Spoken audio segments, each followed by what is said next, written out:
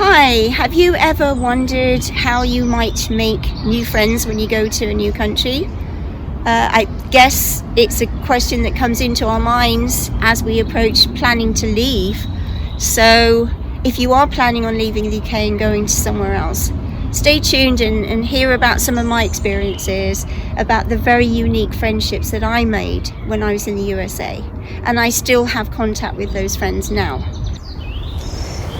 Hi, I'm Stephie from across the pond and back. Today we're at Preston Hall in the British Legion village in Aylesford, Kent. And it's such an amazing little village here. There's a whole little village here. Apparently the British Legion used the Preston Hall building as a hospital for soldiers in the First World War. That's how it really started to be a hospital and for veterans. And actually in a different place in this village was where my dear mum was in a nursing home for a short time before she left this earth. So out of all the places that it could have been, they took care of her. She was a veteran's wife and they took care of her. And I'm hoping that these experiences and the tips that I can share will apply to someone if they're moving to almost any country in the world. So here we go, and I'm going to refer to the people as just with their initial. I don't want to embarrass them in any way. If they want to be included, I'll put the full name in later. So just before I start my list though, I would like to mention that I've watched a couple of videos myself, a similar subject to this, and the number one thing that was mentioned on one of the videos, probably more, was join some Facebook groups. Now, I'm not against joining expat Facebook groups, but my opinion and my take on it is that's not the number one or the first thing that I would think of.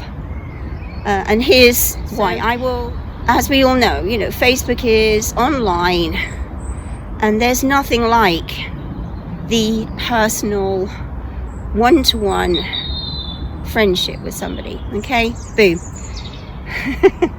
All right, going on to number one. So number one, this is really in chronological order as well, so it's not in any order of importance. All of these friends are very, very extremely unique.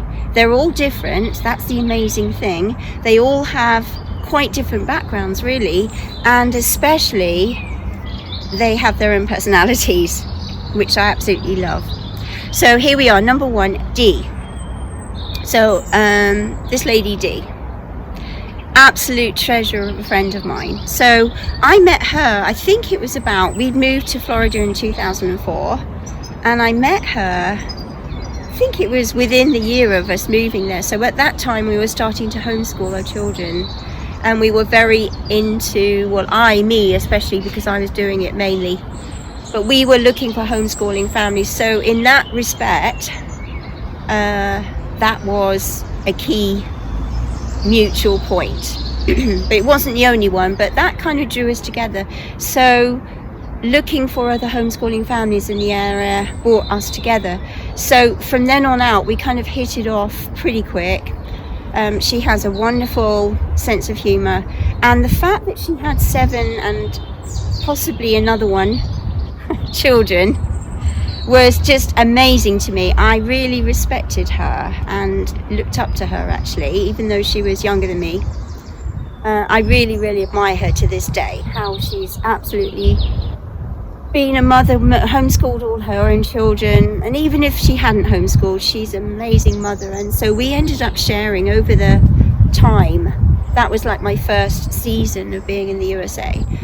She gave me a focus, and I hope that I gave her some value in our friendship, in our insights of life and our beliefs. So it was a very wholesome, it was very quite in-depth friendship. And the amazing thing is, to this day, she lives in Florida and I still talk to her. And I will always be talking to her. So that friendship's going to last forever, hopefully. And she is forever my friend. So her qualities and the laughs we've had and the discussions we've had about our children, about our husbands, about our life, our beliefs. It's been amazing, and I never would have met her if I hadn't moved to Florida already. So that's D. There's a lot more I can say about these people as well, but I'm going to just give you my shortlist today. So number 2, Nate, almost said it. N. So this lady, and she, amazingly enough, now I didn't really put these factors together until quite a bit later in our friendship, but I realized that she was technically, she's an American lady, but she married an Irishman. And then when she went to Ireland, she was having the similar expat experiences that I had in, different contacts in Ireland, which was another whole amazingly interesting subject, which I'd love to talk to her a bit more about that, and maybe she can share one day a bit more. But she was actually an expat herself, so she's had her own experience, but she's married to an Irishman, she's American, and now they're back in Missouri. So in all of her experiences all along the way, her being a mother, similar beliefs to us, similar homeschooling ideas, similar thinking about life, and I learnt quite a bit from her. She's very wise. She was very wise and very calm, and at that time I was going through quite a lot of homesickness for England. So amazingly enough, she was like a rock to me at that point. Now, we didn't actually see them too long before they moved to Ireland, so she's a very good friend of mine, and I have great value from that friendship. A very unique friend again. She's a writer as well. She loves to write. I think she's an English writer. Very intelligent lady, so I look up to her as well. But both of those first 2 ladies that I've mentioned, you can see when I first moved there, even though I was in my 30s when I moved to the US, I was a fully grown woman, but in many ways I was still very much an English girl who I needed some guidance, I needed some friendships, and then these 2 ladies were very unique in my life and still are. So shout out to them. All right, number 3. So this lady is what I call one of my farmers market friends, and I hope she doesn't mind me referring to her like that, but she is the lady that I met and got friendly with when we used to sell our sourdoughs and our freshly ground organic breads at the farmers market in Pensacola, Florida. So I got to know her. I know it was fairly slow going because she was the vendor next to me for a long while. But again, she's pretty unique because she had another take on life. She had another slant on life. So that market, doing the market, brought me another good friend. So it wasn't that I was looking, I didn't go hunting for these ladies, these friends, but they came to me in our walk of life. And I think that's probably my overall top tip there. Let it come from your walk of life. Let your friends come, because then you know that you have at least one shared value or one or 2 shared insights, if that makes sense. So yes, this lady E, she is very clever with her products. That she also does baked goods, and we used to have some laughs, and she had quite a what I would call like an American insight in things. So I used to pick her brains about different things to do with the USA, in terms of people's thinking and attitude, that kind of thing. And I'm still in contact with her too. She's a lovely lady, very hard working. I admired her for all that she did. She did more than one farmers market as well. We did do that at one point, but she was especially hard working.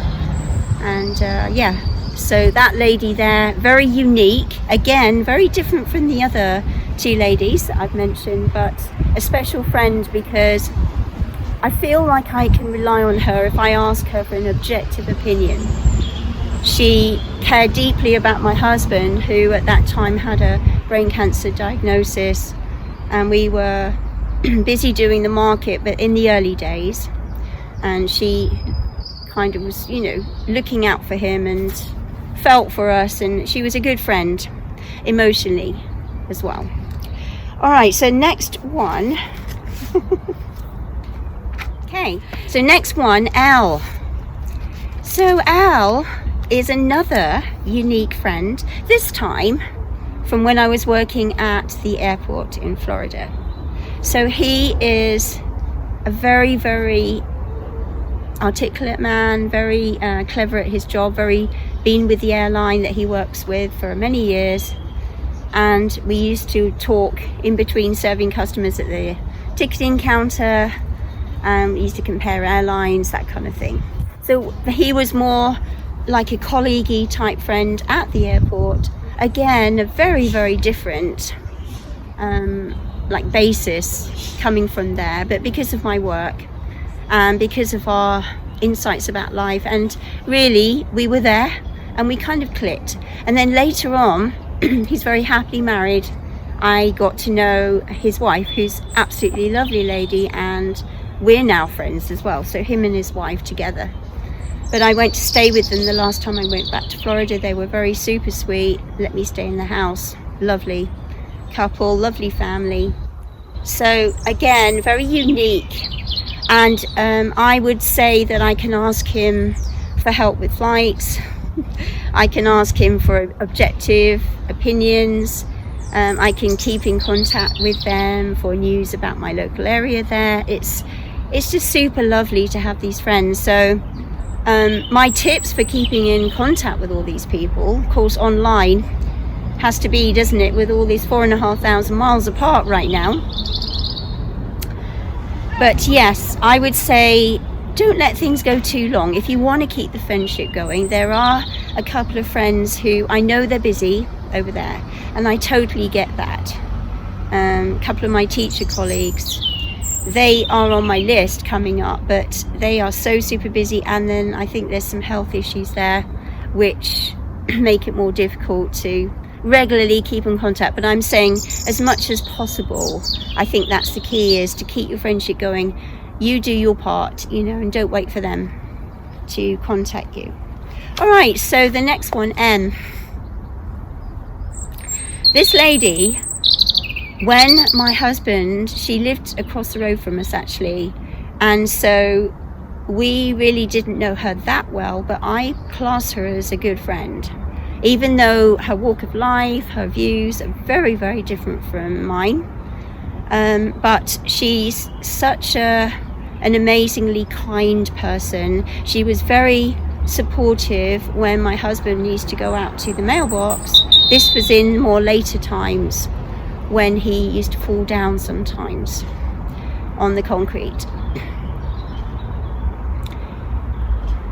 It was a hard time for all of us as a family, because my son and I especially, and neighbours, by that time they had seen this happen before, and it caused, you know, disrupted his balance and somewhat his thinking as well.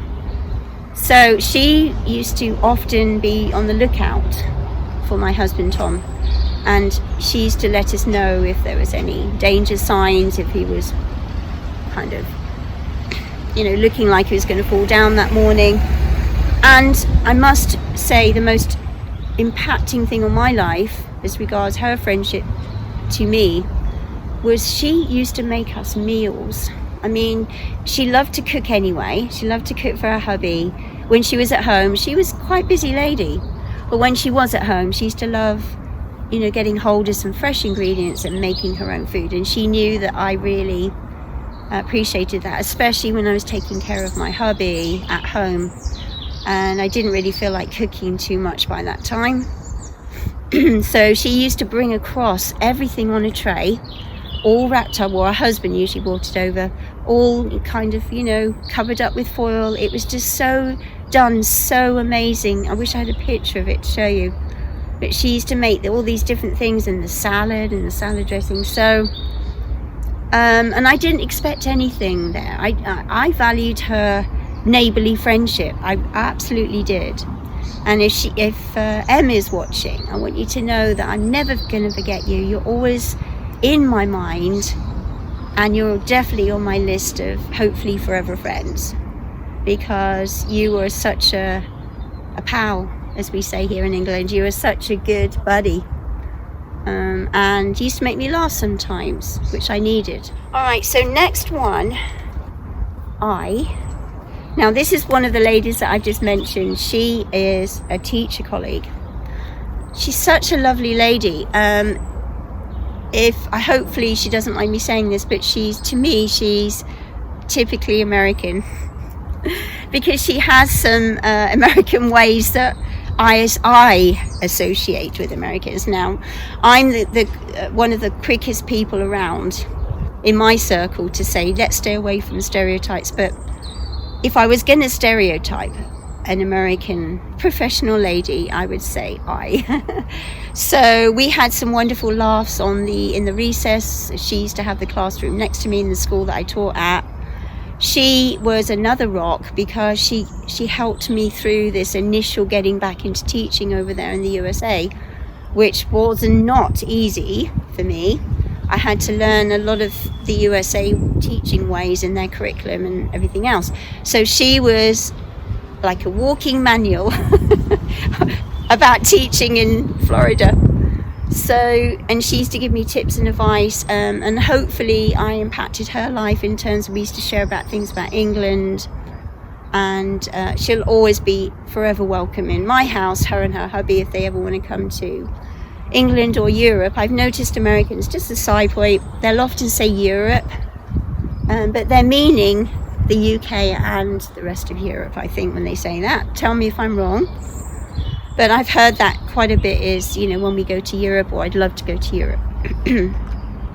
All right, so last two. Now this next lady, see, wow, she's a very dynamic lady, and I met her when I was working at the airport.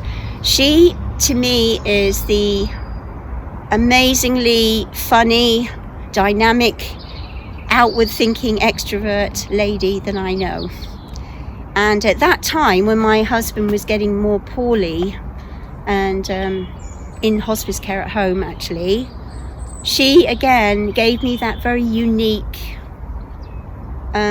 way of bringing me out of myself. And anyone who's gone through a carer situation or is in one now and ultimately has gone through a grieving situation, I really value her. She was very, very kind. And the day after my husband died, she came round with her husband and she took me out. But she knew, she kind of could see the importance of, just for a couple of hours, Steph, we want to take you to Pensacola Beach, just get some sun, walk around, you don't have to talk, I just want to take you out. And so she gave me that time, and I'll always remember that. And then she bought me lunch. So thank you, C. So my heartfelt thank you to all of these friends, and each one in my life over there as an expat. You can see my journey here. I surely hope that I've been a good friend to them too. For each and every one of these ladies, I would drop almost anything to help them if I can. So last one, T. And I believe that she will know who she is.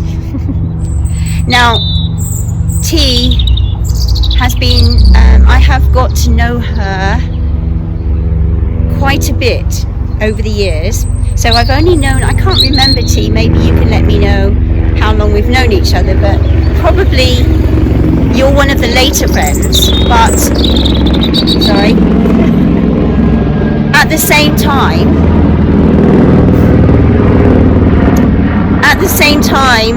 we've gotten to know each other very, very well, and she is also mother of 3, and I know her and her husband very well. Lots of things to talk about, and now we talk a lot on WhatsApp, and she's going to be very, very, well, she already has been, of course, but she's going to be very kind to help me on my move back to the USA. Just things that I need help with.